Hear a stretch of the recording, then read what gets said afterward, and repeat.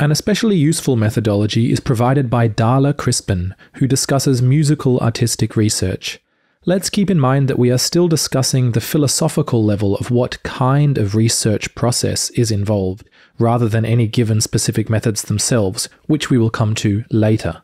Her model demonstrates an essential difference between actual artistic research and other forms of artistic practice that may be more or less informed by intellectual searching and indeed of very high value in their own right, but should not, or not yet, be considered academic artistic research.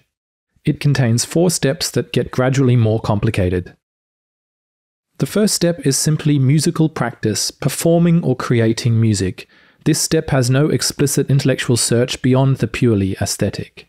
The second step is informed musical practice, gathering contextual information to inform the performing or creating of music research into art. This step involves inspiring and informing oneself in an informal manner, i.e. without an explicit methodology. The third step is informed reflective musical practice, reflecting on the musical practice and the contextual information gathered so as to deepen insight and understanding, research for art.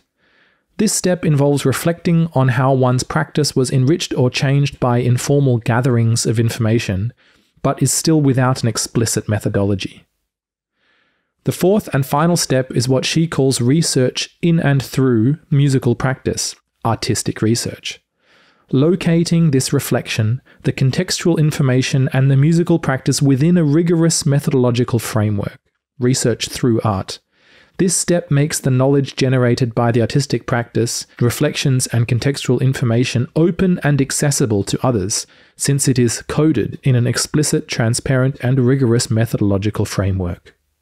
This process builds into one she calls unfolding, where the idea of the fold is an organizational metaphor, with art making itself acting as the site of the unfolding and folding, a site of pressure, rupture, fracture, transformation, as the potential point of emergence of new shapes, function, ideas, and even, indeed especially, new knowledge.